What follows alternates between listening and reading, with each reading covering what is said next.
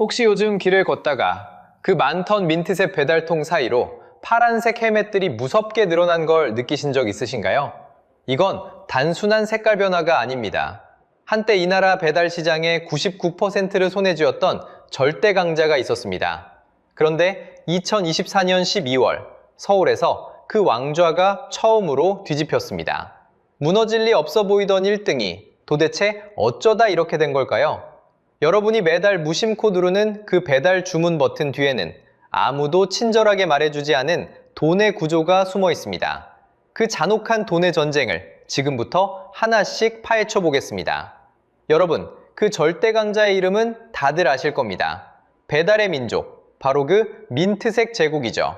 배민과 요기요를 합치면 점유율 99% 이상이었고요. 배민 혼자만 따져도 약 90%였습니다. 쉽게 말하면요, 길에서 마주치는 배달통 10개 중 9개가 민트색이었다는 겁니다. 경쟁자가 발도 못 붙이게 막아주는 거대한 성벽이 있었던 거예요. 경제학에서는 이런 걸 경제적 해자라고 부릅니다. 적군이 못 건너오게 성을 둘러싼 깊은 물길, 딱 그런 방어막을 떠올리시면 됩니다. 그런데 그 해자에 금이 가기 시작합니다. 자, 여기서 핵심입니다. 2024년 12월 배달시장의 심장부인 서울에서 1위가 처음으로 뒤집혔습니다. 숫자로 보면요, 서울 한 달 결제액이 쿠팡이츠 1,792억 원, 배민이 1,778억 원이었습니다. 차이는 고작 14억 원. 절대 깨질 리 없어 보이던 1등이 머리카락 한 올 차이로 추격자에게 왕좌를 내준 겁니다. 더 무서운 건 그 다음입니다. 이게 한 번의 우연이 아니었거든요. 2025년 8월 같은 서울 결제액은 쿠팡이츠 2,113억 원, 배민은 1,605억 원으로 벌어집니다. 쉽게 말하면요, 쿠팡이츠가 배민의 약 1.5배를 가져간 거예요. 잠깐 사이에 살짝 추월당한 정도가 아니라 격차가 점점 더 벌어지고 있다는 뜻입니다. 물론 오해는 마세요. 전국으로 넓혀보면 아직 배민이 1위입니다. 2025년 기준 한 달에 앱을 켜는 사람이 배민은 약 2,170만 명, 쿠팡이츠는 약 1,230만 명이거든요. 전국 단위로는 여전히 배민이 앞서 있는 게 맞습니다. 그런데 바로 그래서 이 사건이 의미심장한 겁니다. 전국에서는 1등인데 가장 돈이 몰리고 경쟁이 치열한 서울, 그 심장부가 먼저 뚫렸다는 거니까요. 상식적으로 생각하면 제국이 무너질 때 변방부터 흔들리는 게 보통이잖아요. 그런데 배민은 거꾸로 심장부터 균열이 갔습니다. 게다가 결제액만의 문제가 아닙니다. 한 사람이 한 달에 그 앱을 며칠이나 켜는지를 보면요, 2025년 가을 기준 쿠팡이츠가 배민을 살짝 앞지르기 시작했습니다. 단순히 한 번 시켜보는 걸 넘어서 손에 익은 단골 앱이 바뀌고 있다는 뜻이거든요. 충성도라는 가장 깊은 곳에서부터 흔들리고 있는 겁니다. 이건 단순한 1위 교체가 아닙니다. 99%를 후렴하던 제국에 처음으로 금이 갔다는 신호예요. 그런데 말이죠, 정말 이상한 게 하나 있습니다. 이 회사가 돈을 버는 방식, 그 자체가 사실은 함정이었거든요. 그 얘기는 잠시 뒤에 다시 꺼내보겠습니다. 일단 지금은 이 질문부터 풀어야 합니다. 이렇게 거대한 제국이 어떻게 시작됐는지를 알아야 왜 무너지는지도 보이거든요. 시계를 잠깐 되돌려보죠. 사실 배민이 처음부터 미움받던 회사는 아니었습니다. 오히려 그 반대였죠. 한때 배민은 온 국민이 사랑하던 골목대장이었습니다. 시작은 작았습니다. 자본도 배경도 변변치 않은 회사였거든요. 경쟁자들은 훨씬 돈이 많았습니다. 무한 자본을 등에 업은 재벌집 아들 같았죠. 그런데 이 골목대장은 다른 무기를 들고 나왔습니다. 바로 사람의 마음을 움직이는 브랜딩이었습니다. 우리가 어떤 민족입니까? 이 한마디를 기억하시는 분 많을 겁니다. 특유의 B급 유머, 손글씨 같은 폰트, 키득거리게 만드는 광고. 배민은 그렇게 우리 일상에 스며들었습니다. 소비자는 그 솔직함과 위트에 지갑이 아니라 마음을 먼저 열었거든요. 결국 자본을 앞세운 경쟁자들을 하나둘 제치고 배민은 국민의 1위에 올라섭니다. 자, 여기서 핵심입니다. 우리가 사랑한 건 단순한 배달앱이 아니었어요. 우리말로 농담을 건네는 우리 편 같은 회사였습니다. 그게 바로 낭만의 시대였죠. 그런데 그 낭만에 조용히 마침표가 찍힙니다. 2019년 12월의 일이었습니다. 독일의 거대 배달 기업 딜리버리 히어로가 배민의 운영사 우아한 형제들을 통째로 사들인 겁니다. 인수 금액은 무려 4조 7,500억 원이었습니다. 쉽게 말하면요, 그때까지 한국 IT 회사가 팔린 거래 중 역사상 가장 큰 규모였습니다. 골목대장이 외국 자본의 품으로 넘어간 순간이었죠. 물론 간판은 그대로였습니다. 앱 디자인도 그 익숙한 민트색도 변함없었거든요. 하지만 건물의 주인이 바뀌었습니다. 간판은 같아도 안에서 세무라는 사람이 달라진 겁니다.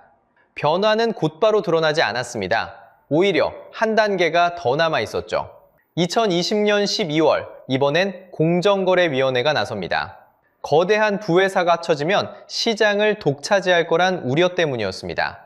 그래서 공정위는 합병을 조건부로만 승인합니다. 조건은 단호했죠. 가지고 있던 요기요를 팔라는 명령이었습니다. 상식적으로 생각하면 한 회사가 시장을 거의 다 가지면 가격을 마음대로 올릴 수 있으니까요. 그걸 막으려는 최소한의 안전장치였던 셈입니다. 그렇게 정리가 끝나자 회사를 키운 창업자의 자리도 달라졌습니다. 그가 들고 있던 13%의 지분은 독일 본사의 주식으로 바뀝니다. 한국의 골목대장이 이제 독일 회사의 한 주주가 된 거예요. 회사의 진짜 운전대가 누구 손에 있는지 이 한 줄이 말해주고 있었습니다. 자, 정리하면 이렇습니다. 우리가 사랑하던 그 회사는 더 이상 예전의 그 회사가 아니었습니다. 주인이 바뀐 그 순간이 모든 것이 달라지는 분기점이었거든요. 문제는 새 주인이 한국 시장을 바라보는 눈이 완전히 달랐다는 겁니다. 그리고 그 다른 눈은 가장 먼저 자영업자와 라이더의 지갑을 향했습니다. 그 다른 눈이 가장 먼저 향한 곳은 자영업자의 매출 장부였습니다. 2024년 8월, 배민은 가게에서 떼어가는 중개 수수료를 6.8%에서 9.8%로 올렸습니다. 숫자로 보면요, 그냥 3% 오른 것처럼 보이실 겁니다. 그런데 자영업자 입장에서 이건 떼이는 돈이 한 번에 거의 절반 가까이 늘어난 셈이거든요. 자, 여기서 핵심입니다. 더 무서운 건 올리는 방식이었습니다. 한꺼번에 크게 올리면 사장님들이 다 같이 들고 일어납니다. 그래서 반발이 덜한 선에서 조금씩 천천히 끌어올리는 거죠. 게다가 떼이는 건 수수료만이 아닙니다. 배민에는 울트라콜이라고 불리는 깃발 광고가 있습니다. 가게 하나당 한 달에 88,000원씩 내고 꽂는 정액 광고인데요. 문제는 옆 가게가 깃발을 더 꽂으면 우리 가게는 묻혀버린다는 겁니다. 그래서 울며 겨자 먹기로 깃발을 여러 개 꽂게 되고 광고비는 또 불어납니다. 그래서 중개 수수료에 결제 수수료, 광고비, 배달비 분담까지 다 합치고 나면요, 가게가 배민으로 만든 매출의 약 20% 안팎이 플랫폼으로 빠져나갑니다. 10,000원을 팔면 2,000원이 통행세로 사라지는 셈이죠. 그럼 사장님들은 왜 그냥 배민을 끊지 않았을까요?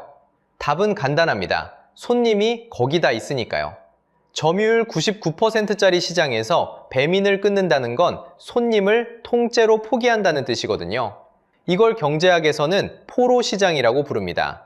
쉽게 말하면요, 한 번 갇히면 다른 선택지가 없어서 비싸도 그냥 그 안에서 버틸 수밖에 없는 시장 구조를 말하는 겁니다. 더 정확히는 전환 비용이 너무 컸습니다. 전환 비용이란 다른 곳으로 갈아탈 때 치러야 하는 손해를 말하는데요.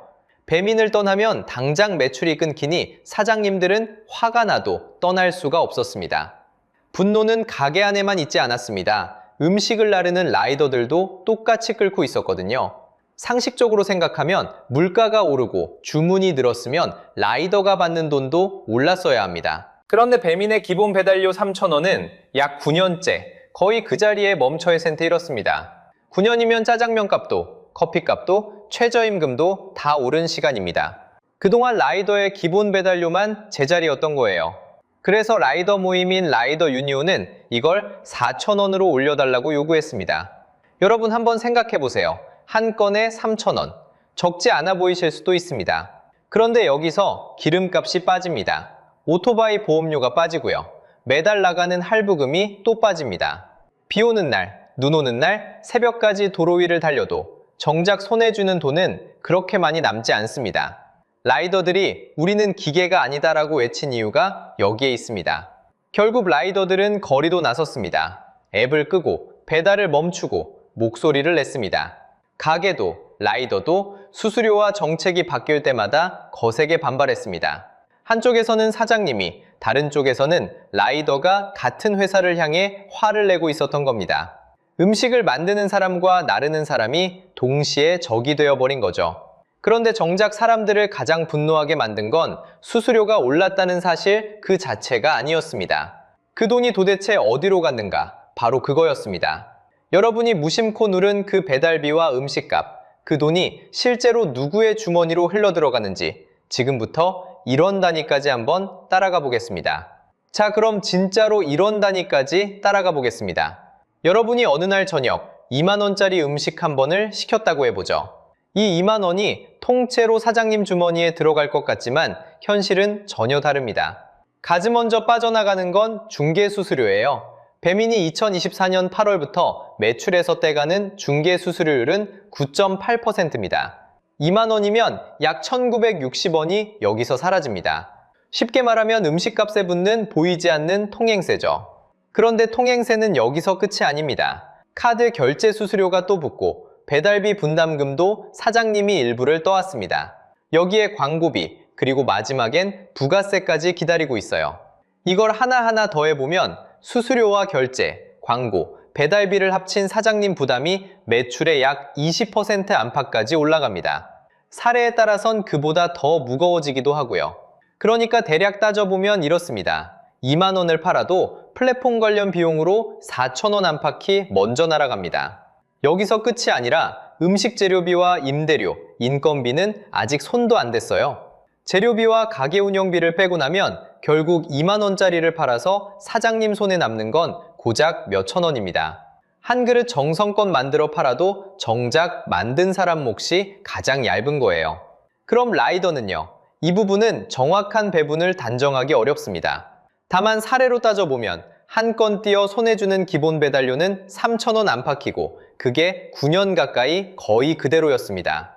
여기서 기름값, 보험료, 오토바이 할부금을 빼야 합니다.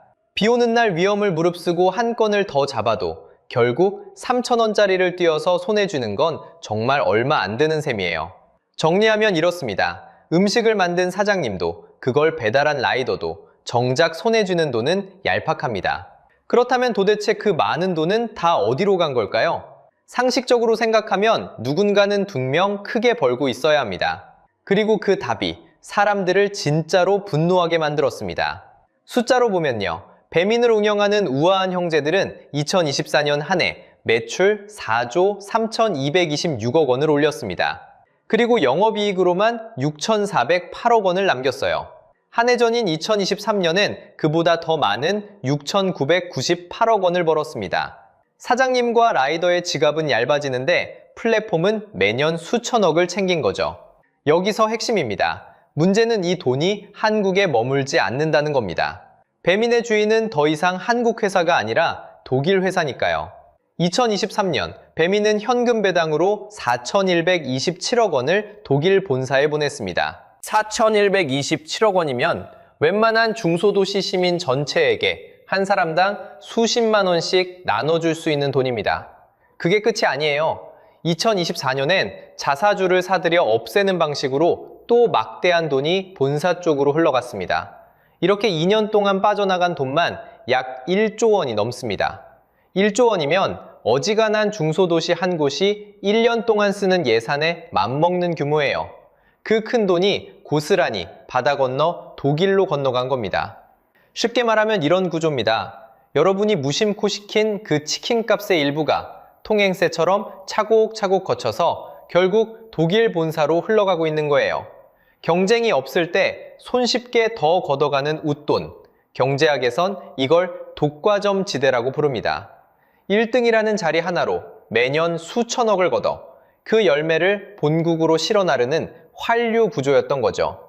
그래서 사람들은 배신감을 느꼈습니다. 내 돈이 우리 동네 사장님이 아니라 얼굴도 모르는 외국 본사 금고로 새어나가고 있었으니까요. 그런데 바로 이때 이 모든 템을 정확히 노린 진짜 괴물이 나타납니다. 9.8%의 통행세에 지친 사장님, 9년째 제자리인 라이더, 그리고 배달비가 아까운 여러분, 그 셋이 벌어진 틈을요. 그 괴물의 무기는 놀랍게도 단 하나였습니다. 바로 공짜였습니다. 무기는 단 하나, 공짜였습니다.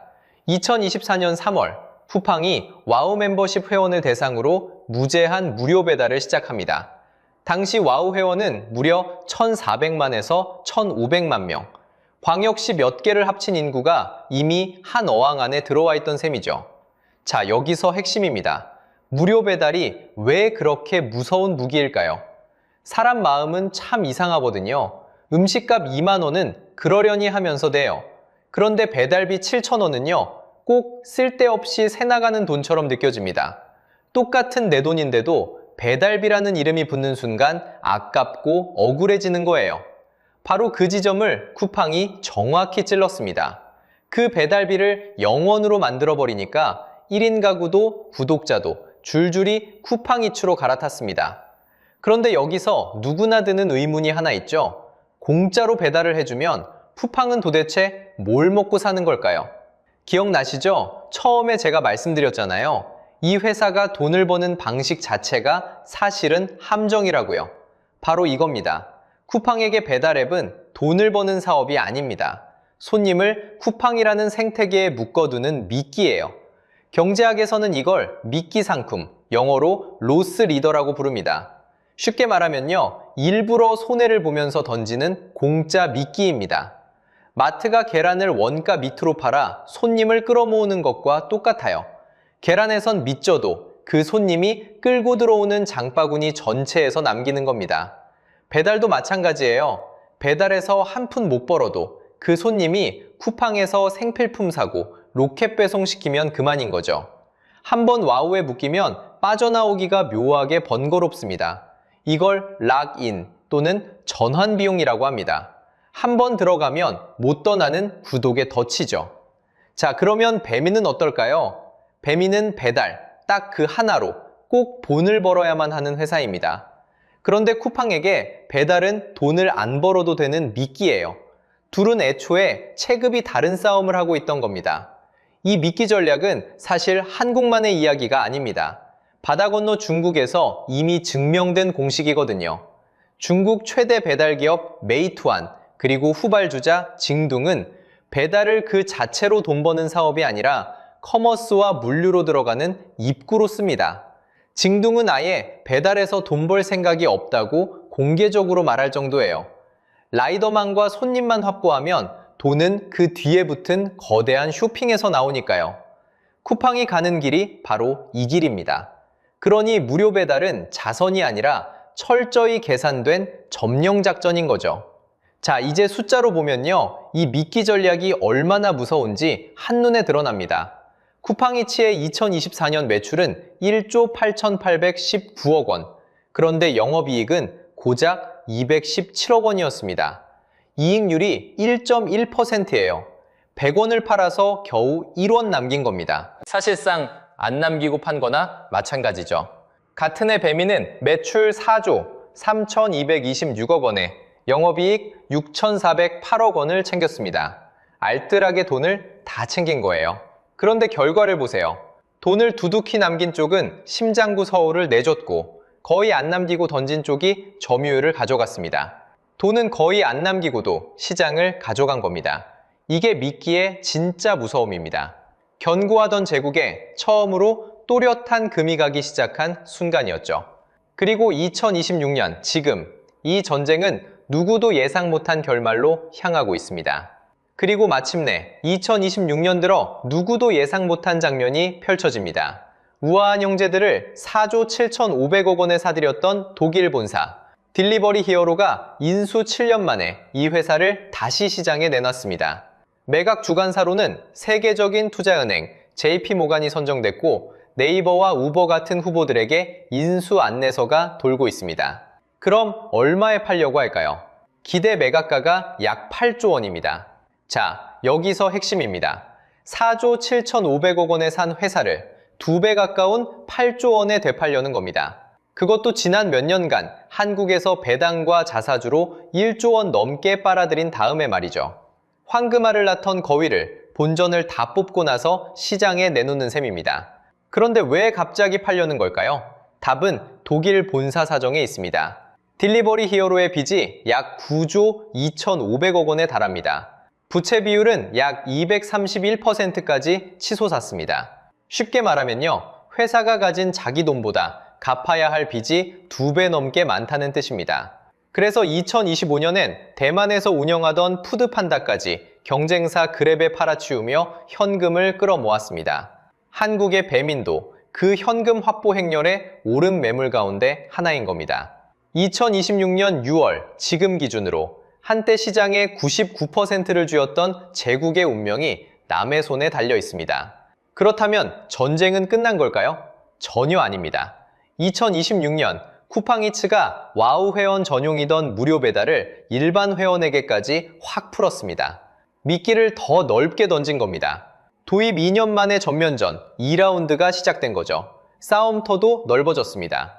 이제 음식 배달을 넘어 새벽 배송과 즉시 배송, 장보기 영역까지 출혈 경쟁이 번지고 있습니다.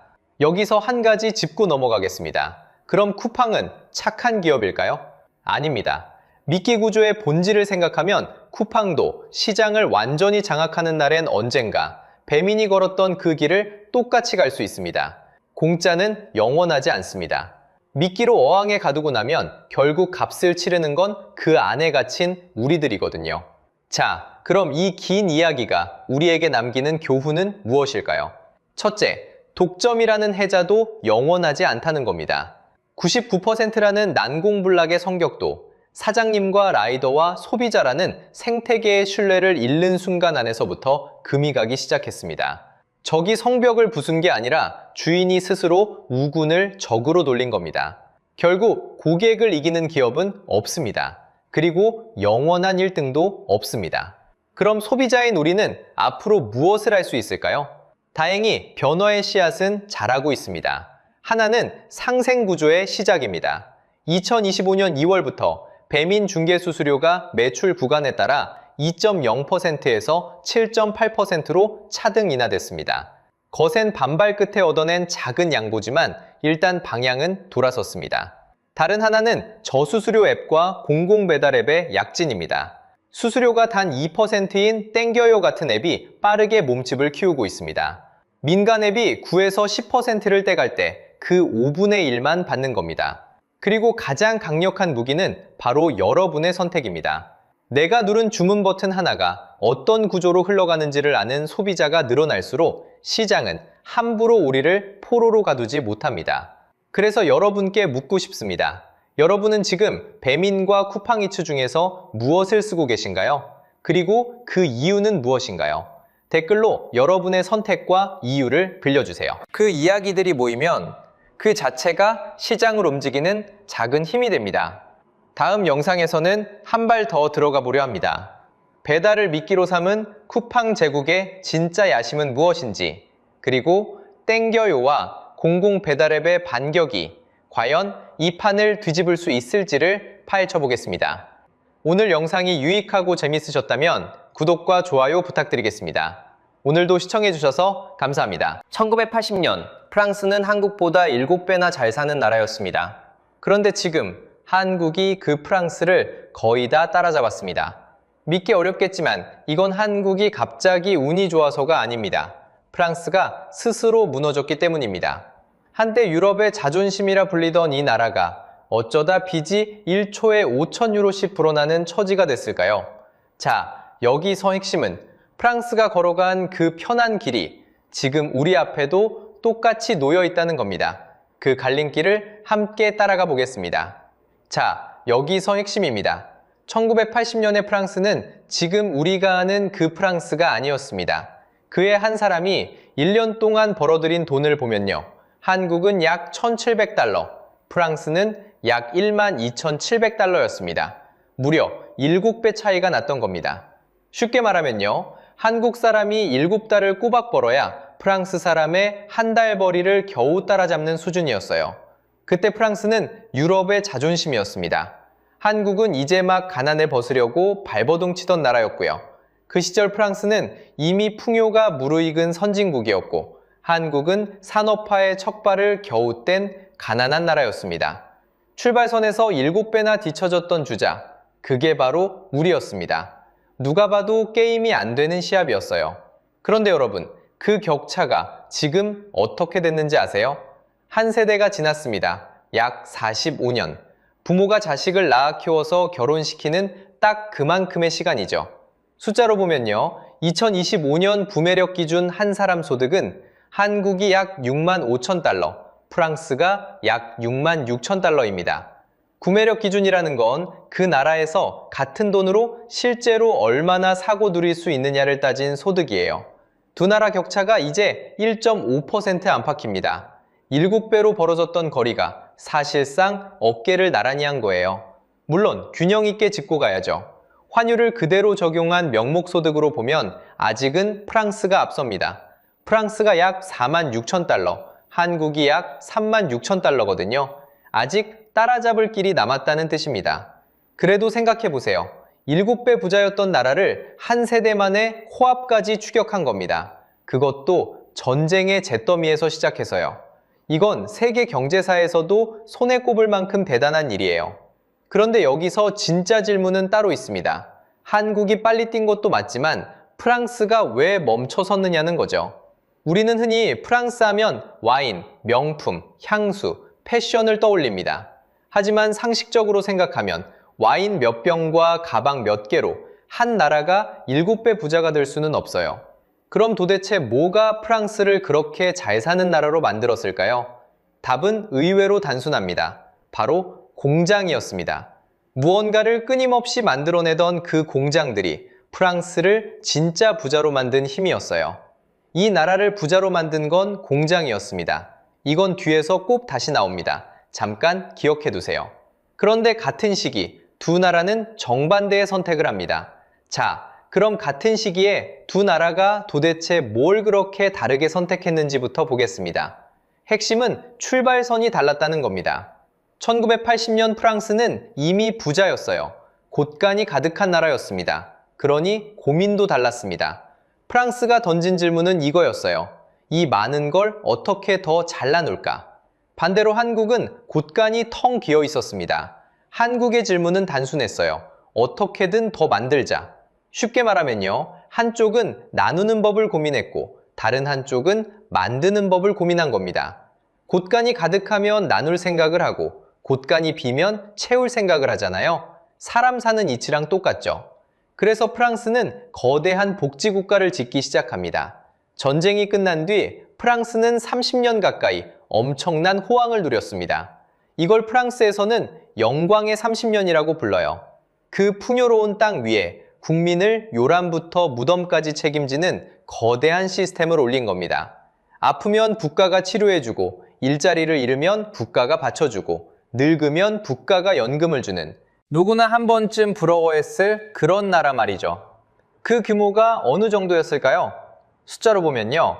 프랑스는 나라가 쓰는 돈이 전체 경제의 약 57%에 달합니다. 선진국 평균이 42% 정도니까 훨씬 큰 정부인 셈이죠. 일하는 사람도 그래요.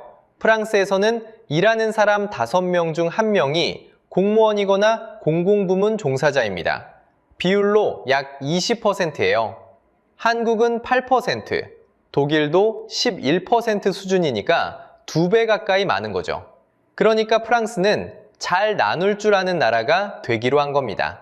그 자체로는 부러운 선택이었어요. 문제는 나누려면 먼저 곳간을 계속 채워야 한다는 거였죠. 그런데 프랑스는 채우는 일보다 나누는 일에 점점 더 익숙해져 갑니다. 그런데 여러분, 여기서 한 가지만 기억해 두세요. 프랑스의 추락은 운이 나빠서가 아니었습니다. 어느 날 갑자기 무너진 것도 아니에요. 스스로 내린 4번의 선택이 하나씩 쌓여서 만든 결과였습니다.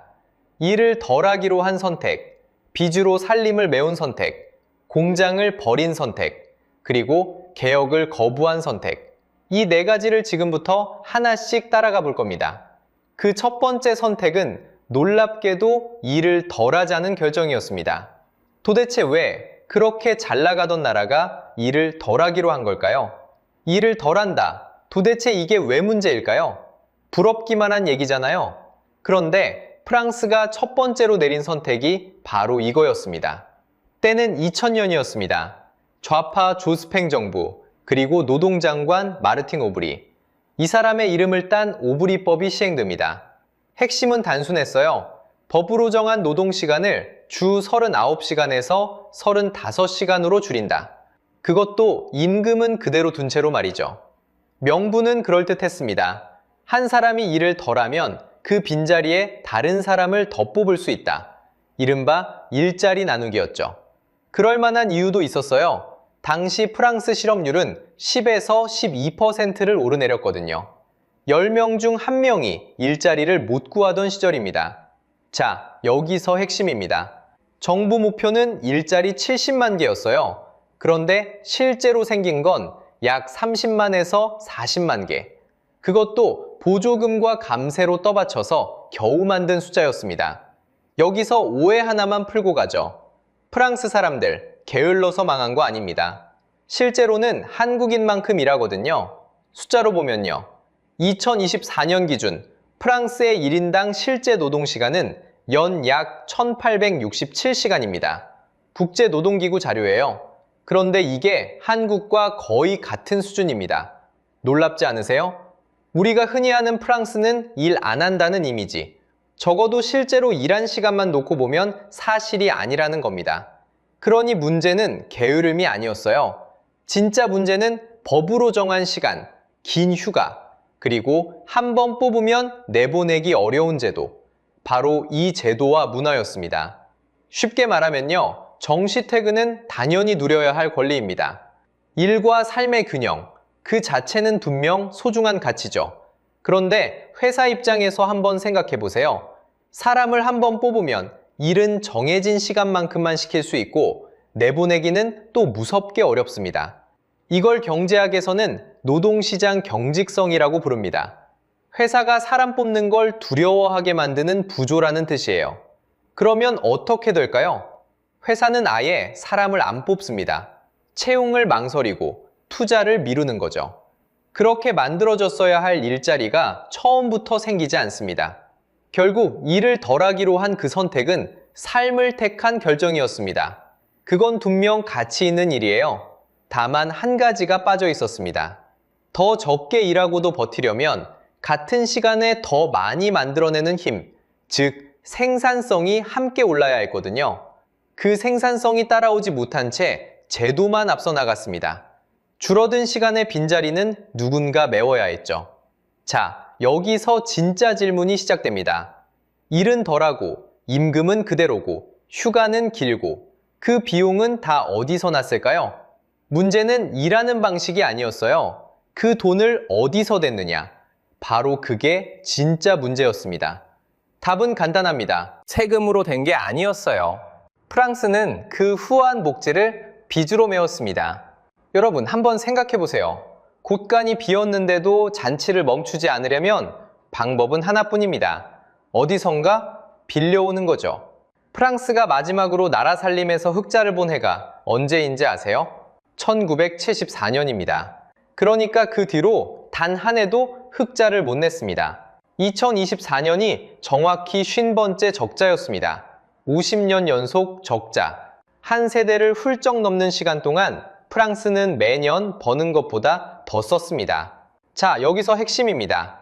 이건 어쩌다 한두 해 삐끗한 게 아니에요. 반세기 동안 단 한 번도 멈추지 못한 습관입니다. 쉽게 말하면요, 이런 집입니다. 연봉은 4천만 원인데 매년 생활비가 모자라요. 그래서 모자란 돈을 카드 돌려막기로 채웁니다. 올해도, 작년에도 50년 내내요. 그렇게 쌓인 빚이 지금 5천만 원을 훌쩍 넘었습니다. 연봉보다 빚이 더 많은 집이 된 겁니다. 그런데도 잔치는 멈추지 않았어요. 한번 익숙해진 씀씀이는 줄이기가 정말 어렵거든요. 나라 단위로 보면요, 1980년만 해도 프랑스의 국가 부채는 GDP 대비 약 20% 수준이었습니다. 그런데 2025년 이 비율이 115.6%까지 치솟았습니다. 한 나라가 1년에 버는 돈보다 빚이 더 많아진 거예요. 그리고 2026년 전망치는 118.1%입니다. 45년 만에 빚의 무게가 약 5.7배로 불어난 셈입니다. 우리 돈으로 환산하면 약 6천조 원에 이르는 빚이죠. 상식적으로 생각하면 이쯤 되면 허리띠를 졸라매야 정상이잖아요. 그런데 프랑스는 그러지 못했습니다. 2025년 한 해 적자만 GDP의 5.1%, 우리 돈으로 환산하면 270조 원에 가깝습니다. 그 결과 프랑스는 유럽연합 안에서 빚이 세 번째로 많은 나라가 됐습니다. 앞에는 그리스와 이탈리아밖에 없어요.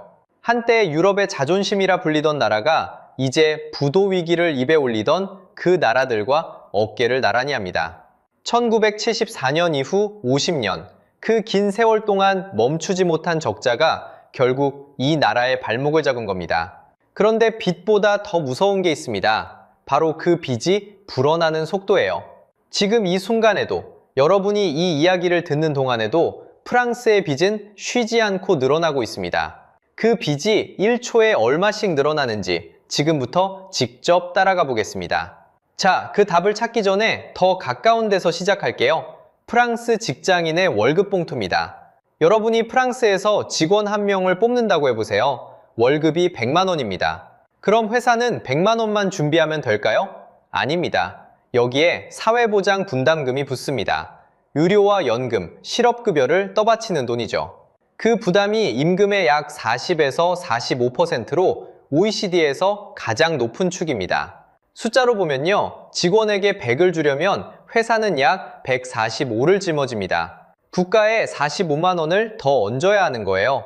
쉽게 말하면 직원 2명을 쓸 돈으로 3명을 못 쓰는 구조입니다.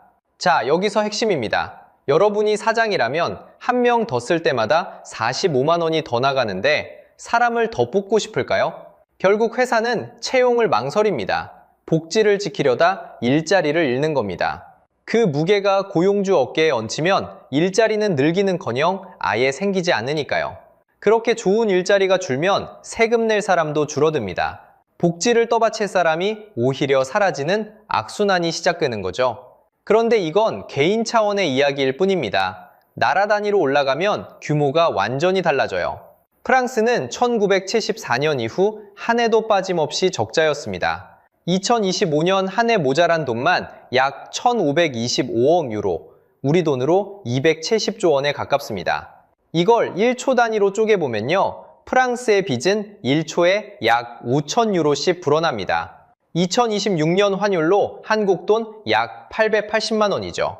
여러분이 이 이야기를 듣는 지금 이 순간에도 약 880만 원이 빚으로 쌓였습니다. 눈 한 번 깜빡할 때마다 웬만한 직장인 2달치 월급이 빚으로 얹히는 셈이에요. 그럼 그 빚은 어디로 갈까요? 답은 답답할 만큼 단순합니다. 빚을 갚는 데 쓰입니다. 2026년 프랑스가 빚 이자로만 내야 하는 돈이 약 660억 유로입니다. 이게 나라의 교육 예산을 넘어섭니다. 즉, 학교에 쓰는 돈보다 이자로 나가는 돈이 더 많아진 거예요. 나라에서 가장 큰 단일 지출이 미래도 복지도 아닌 이자가 됐습니다. 경제학에서는 이걸 구축 효과라고 부릅니다. 이자 갚느라 정작 학교나 병원에 쓸 돈이 뒤로 밀려나는 현상이죠. 게다가 빚은 복리로 불어납니다. 이자를 갚으려고 또 빚을 내고 그 빚에 다시 이자가 붙어요. 한번 굴러가기 시작한 눈덩이가 갈수록 빠르게 커지는 셈입니다. 자, 여기서 다시 핵심입니다. 결국 국민이 낸 세금으로 가장 먼저 갚는 건 학교도 병원도 아닌 이자입니다. 이게 50년 적자가 남긴 청구서예요. 이렇게 빚이 쌓이는 동안 프랑스는 정작 돈을 벌어들이는 능력을 잃고 있었습니다. 답은 프랑스가 가장 잘하던 일에 숨어 있습니다. 자, 아까 제가 공장 기억하라고 했죠. 이 나라를 부자로 만든 건 와인도 명품도 아니라 공장이라고요. 그런데 바로 그 공장들이 하나둘 불을 끄기 시작합니다. 숫자로 보면요, 1980년대 프랑스는 나라가 만들어내는 부가가치의 20% 넘게를 제조업이 책임졌습니다. 그런데 2024년 이 비중이 약 10.7%까지 떨어졌습니다. 40여 년 만에 거의 반토막이 난 겁니다. 그 사이 사라진 산업 일자리가 약 220만에서 250만 개에 이릅니다. 광역시 하나의 일자리가 통째로 증발한 셈이죠. 이걸 경제학에서는 탈산업화라고 부릅니다. 쉽게 말하면요, 공장이 떠나고 나라가 만드는 힘 자체를 잃어버리는 현상이에요. 빈 공장 부지만 남는다고 해서 산업 공동화라고도 합니다. 말이 어렵지 현장은 더 아팠습니다. 프랑스 북동부에 플로랑주라는 제철 도시가 있습니다. 오랫동안 쇳물을 뽑아내던 곳이죠. 2012년에서 2013년 이곳의 용광로가 결국 불을 껐습니다. 당시 산업장관까지 나서서 막아보려 했지만 꺼진 불은 다시 붙지 않았어요. 비슷한 시기 푸조의 오네 자동차 공장도 문을 닫았습니다. 알스톰은 자랑하던 에너지 부문을 미국 회사에 넘겼고요. 한 나라의 기둥 같던 산업들이 이렇게 차례로 무너져 내린 겁니다. 그런데 여기서 의문이 하나 생기시죠? 유럽 나라라서 어쩔 수 없는 거 아니냐고요? 바로 옆 나라를 보면 답이 나옵니다. 같은 유로화를 쓰는 독일이죠. 독일의 제조업 비중은 2024년 약 19.9%입니다. 프랑스의 거의 2배예요. 그 결과 독일은 2024년 한 해 물건을 팔아 약 2,400억 유로를 벌어들였습니다. 반면 프랑스는 같은 해 700억 유로가 넘는 무역 적자를 봤습니다. 사오는 게 파는 것보다 많았다는 뜻이죠. 같은 화폐, 같은 시대, 그런데 정반대의 결과입니다. 자, 여기서 핵심입니다. 프랑스는 더 잘 나누는 법, 더 잘 쓰는 법은 계속 키웠습니다. 그런데 정작 만드는 법은 손에서 놓아버린 거예요. 불을 쓰는 능력은 늘었는데 불을 만드는 능력은 잃어버린 셈입니다. 여러분, 부자가 가난해지는 길은 의외로 단순합니다. 버는 것보다 쓰는 게 많아지는 거죠. 그리고 그 시각, 바다 건너 한국은 정반대였습니다. 어렵고 힘들어도 만드는 법만큼은 끝까지 손에서 놓지 않았거든요. 그런데 정작 이 나라를 멈춰 세운 건 경제가 아니라 정치였습니다. 그 정치적 마비의 시작은 의외로 평범했습니다. 바로 연금개혁이었어요. 2023년 프랑스 정부가 정년을 손봤습니다. 62에서 64으로 딱 2살 올리겠다는 거였죠. 우리로 치면 정년을 62세에서 64세로 미루는 셈입니다. 빚이 50년째 쌓이는 나라에서 사실 이건 미룰 수 없는 수술이었어요. 그런데 국민이 들고 일어났습니다. 노조 추산으로 거리에 나온 사람이 최대 280만 명이었습니다. 광역시 2~3개가 통째로 거리로 쏟아져 나온 규모예요. 결국 정부는 정상적인 표결을 포기합니다. 당시 보른 총리가 헌법 49조 3항을 꺼내 들었거든요. 49조 3항. 이게 뭐냐면요, 의회 표결 없이 법안을 그냥 통과시킬 수 있는 헌법 조항입니다. 쉽게 말하면 국회 투표를 건너뛰고 정부가 밀어붙이는 비상버튼이죠. 개혁은 통과됐습니다. 그런데 그날부터 정치가 무너지기 시작했어요. 자, 여기서 핵심입니다. 개혁의 내용보다 개혁을 밀어붙인 방식이 나라를 두 쪽으로 갈라놨습니다. 그 뒤 1년 남짓한 시간 동안 프랑스 총리가 3번 바뀝니다. 먼저 바르니에 총리가 불신임으로 무너졌어요. 1962년 이후 처음 있는 일이었습니다. 뒤를 이은 바이루 총리는 신임 투표에서 패배했고요. 그 다음 르코르니 총리는 임명되자마자 14시간 만에 사퇴했다가 나흘 뒤에 다시 그 자리에 앉았습니다. 한 나라의 총리가 하루도 안 돼 그만두고 다시 돌아오는 나라. 이걸 경제학에서는 정치 리스크라고 부릅니다. 나라의 운전대를 누가 잡을지조차 불안하니 투자도 돈도 다 얼어붙는 거예요. 시장은 정직했습니다. 2025년 국제신용평가사들이 프랑스 등급을 줄줄이 내렸습니다. 피치와 S&P가 AA-에서 A+로 강등했고요. 무디스는 전망을 부정적으로 낮췄습니다. 신용등급이란 한 나라가 빌린 돈을 떼먹지 않고 갚을 능력에 매기는 점수입니다. 점수가 낮을수록 더 비싼 이자를 물고 돈을 빌려야 하죠. 그런데 여러분, 프랑스는 한때 최고 등급인 AAA를 받던 나라였습니다. 선진국의 대명사였던 그 나라의 신용등급이 지금은 한국보다 낮습니다. 여기까지면 그래도 개혁은 살아남았겠거니 싶죠. 진짜 답답한 건 지금부터입니다. 2025년 11월에서 12월 프랑스 국회가 결정을 하나 내립니다. 그 폭동까지 감수하고 통과시킨 64세 정년 개혁을 2027년 대선 때까지 사실상 멈춰 세우기로 한 겁니다. 표결 결과는 255대 146이었어요. 고장난 보일러를 고치겠다고 온 집안을 뒤집어 놓고선 정작 고치다만 채로 도로 덮어버린 셈입니다. 이걸 개혁 피로라고 합니다. 고통이 두려워 결국 아무것도 못 바꾸는 상태죠. 당장 표를 얻으려고 고통스러운 결정을 자꾸 미루면 나중에 훨씬 더 큰 청구서가 날아옵니다. 이게 바로 포퓰리즘의 함정이에요. 그러는 사이 빚은 계속 불어났습니다. 결국 2026년 1월 르코르니에 총리는 또다시 49조 사망을 꺼냈어요. 이번엔 새해 예산을 표결 없이 강행해서 통과시켰습니다. 표를 던질 수 없을 만큼 나라가 갈라졌으니 단추를 누르듯 예산을 밀어붙이는 거예요. 상황이 얼마나 심각했냐면 2025년 8월엔 재무장관 입에서 IMF 이야기까지 나왔습니다. 국제통화기금, 그러니까 외환위기 때 한국에 돈을 빌려준 그 기구가 프랑스에 개입할 위험이 우리 앞에 있다고 한 거예요. 분명히 짚고 갈 게 있습니다. 프랑스가 실제로 구제금융을 받은 건 아닙니다. 어디까지나 경고였어요. 하지만 선진국의 자존심이던 나라에서 그런 단어가 장관 입에 오르내린다는 것 자체가 많은 걸 말해줍니다. 그렇다면 같은 갈림길 앞에선 우리는 어떤 선택을 하고 있을까요? 자, 그 답은 우리 안에 있습니다. 여기서 핵심은 이거예요. 프랑스가 개혁을 미룬 바로 그 시기에 한국은 정반대의 길을 걸었습니다. 숫자로 보면요. 한국의 국가부채는 GDP 대비 약 50% 수준입니다.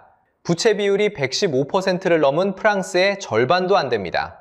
그리고 2025년 한국은 무려 28년 만에 국민연금 보험료율 인상에 합의했습니다. 9%에서 13%까지 점진적으로 올리기로 한 겁니다. 더 내고 덜 받는, 누구도 반기지 않는 결정이었죠. 프랑스가 폭동 끝에 개혁을 도로 덮을 때 우리는 고통스러운 청구서에 먼저 서명한 셈입니다. 멀게는 1997년 외환위기 때를 떠올려 보세요. 금 모으기에 약 351만 명이 나섰고 모인 금만 227톤이었습니다. 온 국민이 장롱 속 볼반지까지 꺼내들고 나온 거죠. 위기 앞에서 허리띠를 졸라매는데 익숙한 나라입니다. 그런데 여기서 안심하면 안 됩니다. 저출생과 고령화, 그리고 연금의 지속 가능성. 한국도 결국 프랑스가 걸어간 그 갈림길의 입구에 서 있으니까요. 프랑스의 지난 50년이 우리에게는 다가올 30년의 예고편일 수도 있습니다. 그러니 이건 남의 나라 이야기가 아니라 어쩌면 우리 이야기인 셈이죠. 오늘 이야기에서 우리가 챙겨야 할 교훈은 3가지입니다. 첫째, 만드는 힘이 받쳐주지 않는 분배는 오래 갈 수 없습니다. 둘째, 빚은 복미로 불어나고 한번 굴러가기 시작하면 멈추기가 정말 어렵습니다. 셋째, 개혁은 미룰수록 비싸집니다. 오늘의 작은 고통이 내일의 거대한 청구서를 막아주는 거죠. 한 가지는 분명히 해두겠습니다. 프랑스는 끝난 나라가 아닙니다.